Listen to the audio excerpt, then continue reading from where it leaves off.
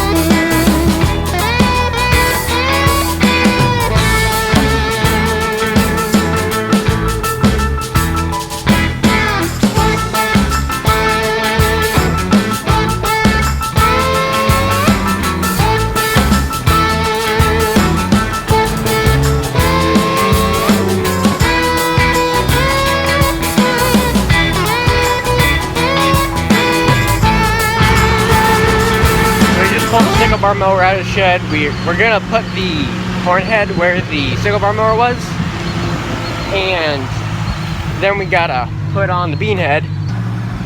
We gotta put that on. The chain's not very fun to get on it. Gleaner made it really easy to hook and unhook the header. It's just push a pin out and pull up, but they made it really hard to put the drive chain on, whereas our Massey Ferguson combine, it burned out. But that one, it's got a PTO for the header, but it has bolts to put it on. And so I don't know why they didn't just like figure out a way to make it easy to put everything on instead of just one thing's easy, one thing's hard. But anyway, we gotta pull the combine in and unhook the header from it, so we'll be videoing that too.